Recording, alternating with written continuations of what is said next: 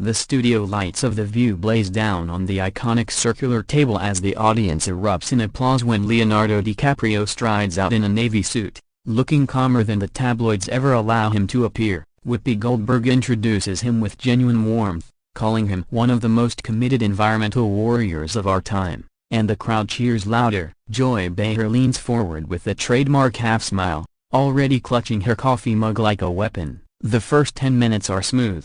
Leo talks about his new documentary on ocean acidification, praises the Biden administration's climate policies, and thanks the women for having him. The co-hosts nod enthusiastically. Sunny Hostin asks a thoughtful question about private jet hypocrisy. Leo answers with the practiced grace of someone who has heard it 10,000 times, mentioning carbon offsets and how systemic change is bigger than any one person. The audience claps politely. Then Joy Behar tilts her head and says, "But Leo, honey, with respect, you're out here dating women who weren't even born when Titanic came out, and you're telling the rest of us to lower our carbon footprint while you fly private to Costa Rica for Christmas. How do you square that circle, sweetheart?" The studio goes dead silent except for a single gasp from the front row. Leonardo's smile freezes for half a second, then vanishes completely. He sets his water glass down harder than necessary. "Joy, I came here to talk about the collapse of marine ecosystems, not my personal life,"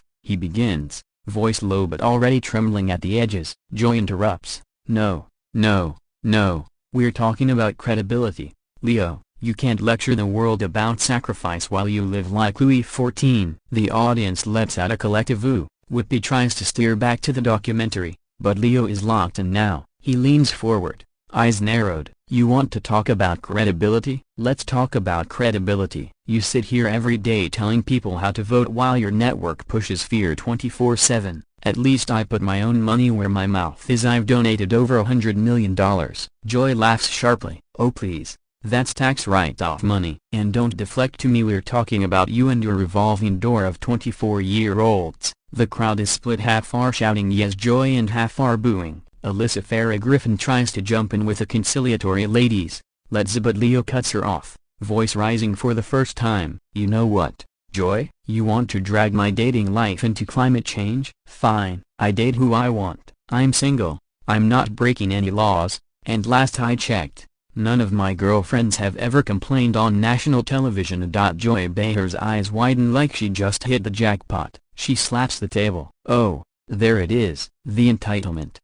Ain't none of my girlfriends have complained," says the man who dumps them the minute they turn 25. The audience explodes. Some women are standing and cheering, others are yelling "That's not fair." Sarah Haynes covers her face. Leo's face flushes crimson. He points directly at Joy now. "No more Mr. Nice Environmentalist. You are completely out of line. You don't know me, you don't know them, and you have no right to shame women who date me just to score cheap points with your audience." Joy fires back instantly. "I'm not shaming the women, Leo, I'm shaming you for the pattern. It's creepy." The word creepy lands like a bomb. Leo stands up so fast his chair rolls backward and almost tips over. Security visibly tenses near the wings. "You just called me a creep on national television because I date younger women?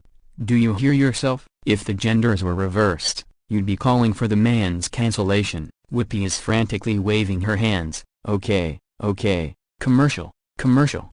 But the control room apparently misses the cue because the red tally light stays on. Leonardo is fully pacing now, suit jacket off, sleeves rolled up, looking like he's about to fight someone in a parking lot. "You want to talk about creepy, Joy? How about a 79-year-old host body-shaming a 49-year-old man because he won't date women his own age? Explain that to me." Joy stands up too, both of them now yelling over the table, "Because you're the one telling teenagers to recycle while you recycle girlfriends, Leonardo." The audience is in pure chaos. Some are chanting "Let them fight," while others are screaming at Joy to sit down. Sunny Hostin tries to grab Joy's arm, but Joy shakes her off. Leo throws his hands in the air. "You know what? I'm done. I came here in good faith to talk about the planet literally dying and you turn it into a Jerry Springer episode about my love life." He starts walking off set, but Joy keeps going, voice booming, "Run away, Leo, just like you run when they hit 26. That's the line that breaks him. He spins around,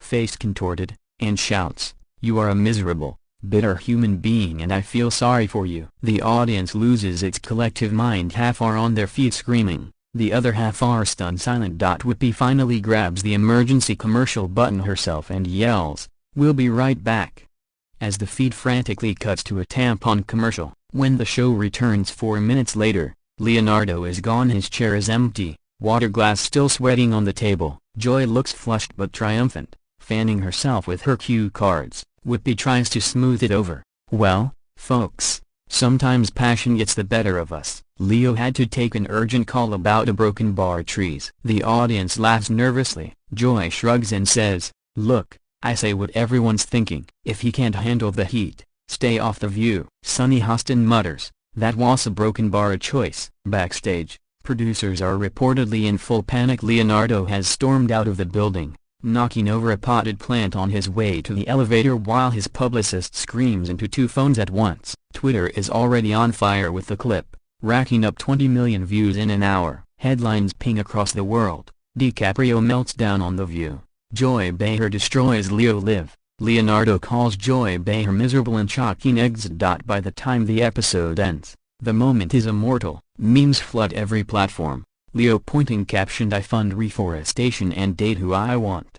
Joy's recycle girlfriend's line turned into 100 TikTok sounds. Slow motion replays of the chair almost falling. Leonardo's team releases a statement 2 hours later saying he regrets losing his temper but stands by his frustration at personal attacks detracting from the climate crisis. Joy goes on Instagram Live that night sipping wine and says, "Listen, I've been doing this for 27 years. If you come for the Queen, you best not miss." Ratings for the episode hit the highest in a decade. Leonardo is spotted boarding a private jet to Belize the next morning, the irony not lost on anyone, while Joy gets a standing ovation when she walks into her favorite Manhattan restaurant. The internet declares it the greatest daytime television brawl since the Rosie O'Donnell split-screen era, and both names trend worldwide for a solid week, proving once again that in America, nothing beats the combination of celebrity hypocrisy, age gap dating scandals, and 2 people who absolutely refuse to back down on live television.